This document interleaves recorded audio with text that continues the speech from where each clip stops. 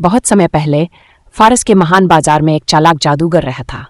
लोग उसे देखने के लिए दूर दूर से आते थे क्योंकि उसके कारनामे अद्भुत और आश्चर्यजनक थे।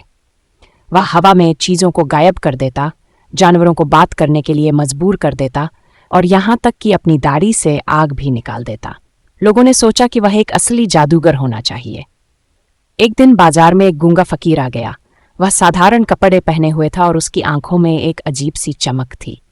फकीर को देखकर जादूगर ने अपना अहंकार महसूस किया। यह मूर्ख कौन है? वह मेरी जादुई शक्तियों के सामने कुछ भी नहीं है। जादूगर ने फकीर के करीब जाकर अपनी सबसे बड़ी चाल दिखाने का फैसला किया। उसने अपनी जेब से एक चांदी का सिक्का निकाला, अपने जप का जादुई शब्द बोला और देखते ही देखते सिक्का पतली हवा में गायब हो गया। बाजार के लोगों ने आश्चर्य से तालियां बजाईं। जादूगर ने घमंड से अपनी ओर इशारा किया। फकीर को देखते हुए उसने कहा, अब तुम भी अपनी कोई करामात दिखाओ, मुझे दिखाओ कि तुम क्या कर सकते हो। फकीर जादूगर के पास आया, धीरे से मुस्कुराया और एक उंगली उठाई। अचानक आसमान में बिजली कड़की, रेगिस्तान से तेज हवा चलने लगी। फिर आकाश से एक विशाल सुनहरी चिड़िया उतरी जो फकीर की उंगली पर बैठ गई। जादूगर इस तमाशे से दंग रह गया। बाजार में खामोशी छा गई थी। सुनहरी चिड़िया ने एक मधुर गीत गाया। जादुई धुन ने बाजार में फैल गई। जो लोग चिड़िया के गाने को सुन रहे थे उनके चेहरे पर गहरी शांति दिखाई दे रही थी। धीरे धीरे उनके अंदर के सभी लालच, ईर्ष्या और क्रोध मिटने लगे।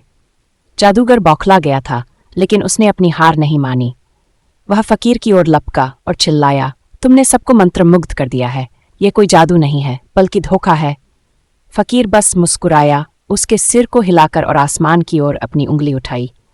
सुनहरी चिड़िया उड़ गई और एक सुंदर इंद्रधनुष को पीछे छोड़ गई। फकीर बाजार से चला गया और फिर कभी नहीं देखा गया, जबकि जादूगर ने अपनी सबसे बड़ी चालें दिखाना जारी रखा। हालांकि भीड़ कभी भी फकीर के सरल करामात से आने वाली उस शुद्ध शांति को भूल नहीं पाए।